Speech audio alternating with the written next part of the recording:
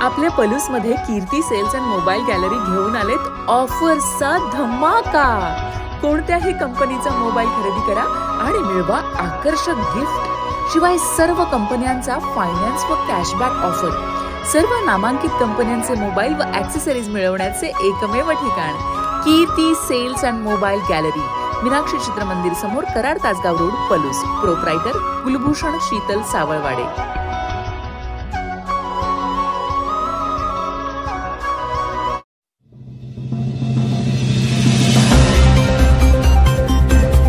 अंकलखोप येथे विजेच्या धक्क्याने मोराचा मृत्यू, पक्षी मित्रांमध्ये हळहळ।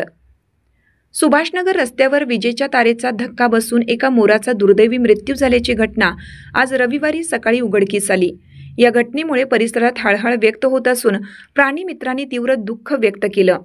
घटनास्थळावरून मिळालेली माहिती अशी की काल दिनांक 13 रोजी सायंकाळी झालेल्या जोरदार पावसात विजेच्या खांबांजवळ असणाऱ्या नारळाच्या झाडावर निवाऱ्यासाठी जाताना वीज वाहक तारांना स्पर्श झाल्याने या राष्ट्रीय पक्ष्याचा मृत्यू झाला असावा। स्थानिक नागरिकांना सकाळी विश्वास चौगले यांच्या शेतात मोराचा मृतदेह आढळला। त्यांनी तात्काळ वन विभागाला याची माहिती दिली।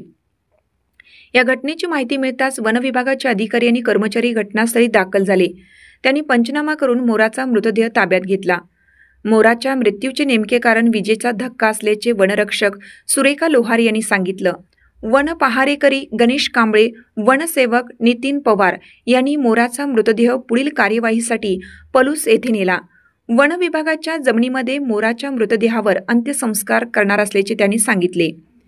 गेल्या काही दिवसापासून या भागात नदीकाठी शिवारात मोरांचा वावर वाढला आहे, परंतु अशा प्रकारे विजेच्या धक्क्याने मोराचा मृत्यू झाल्याने नागरिक हळहळ व्यक्त करत होते।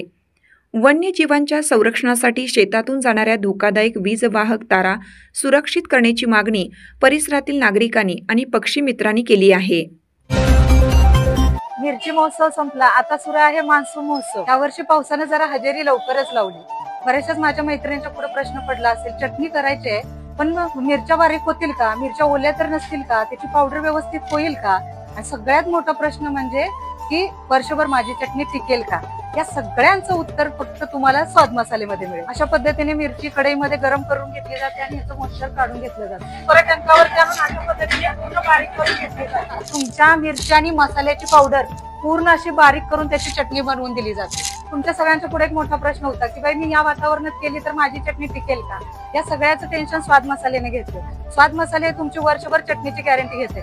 मग कधी येत आहे तुमची चटणी